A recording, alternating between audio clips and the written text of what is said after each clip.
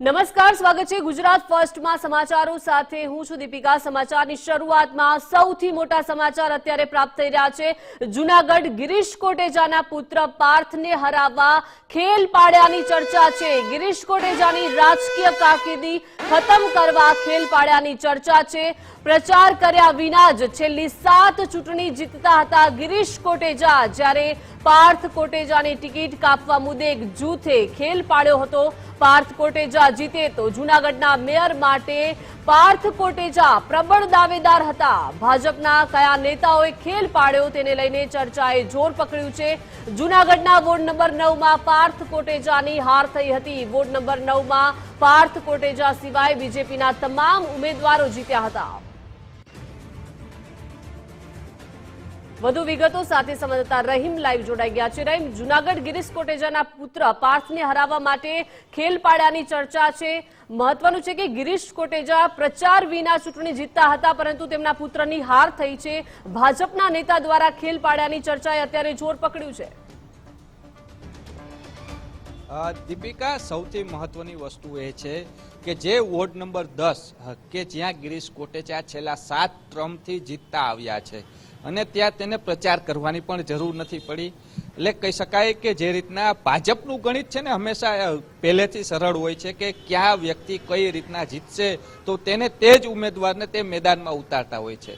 પરંતુ જે રીતના ગિરીશ કોટેચાએ હાર બાદ પણ કહ્યું હતું કે અને તેણે સ્વીકાર્યું હતું કે મને અલગ વોર્ડ આપવામાં આવ્યો છે કે જ્યાં આખું 10 દિવસમાં આખો વોર્ડ પૂર્ણ કરવો એ પણ શક્યતા નથી। વોર્ડ નંબર 10 એટલે ગિરીશ કોટેચાનો ગઢ ગણવામાં આવે છે કે જ્યાં પ્રચાર વગર પણ ગિરીશ કોટેચા જો 7 ટર્મથી જીતતા હોય તો તેના પુત્ર ત્યાં ઉતરશે તો 100% જીતશે તે નક્કી હતું।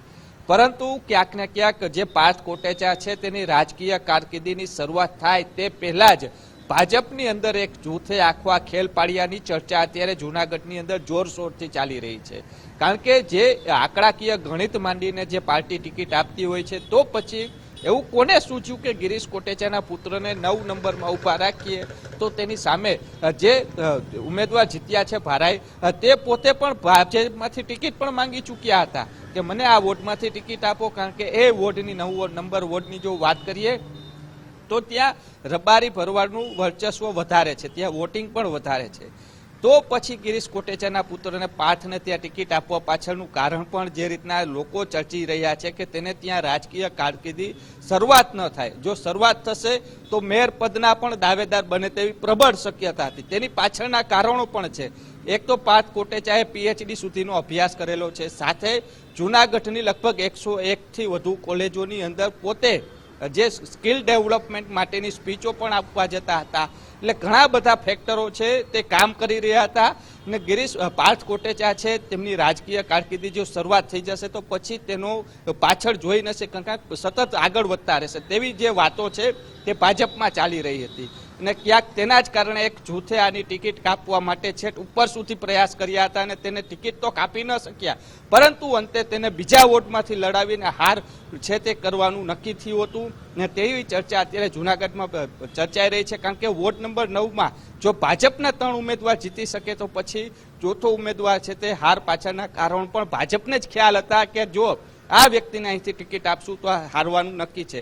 એટલે અંદરના એક જૂથે આખી આ ખેલ પાડ્યાની છે તે અત્યારે જૂનાગઢની અંદર ચર્ચાએ જોર પકડ્યું છે ને ગિરીશ કોટેચાના પુત્ર પાર્થ કોટેચાની રાજકીય શરૂઆત છે તો અહીંથી અટકી જાય તેવા પ્રબળ પ્રયાસો છે તે ભાજપમાંથી જ થયા હોવાની જૂનાગઢની અંદર ચર્ચાએ જોર પકડ્યું હતું।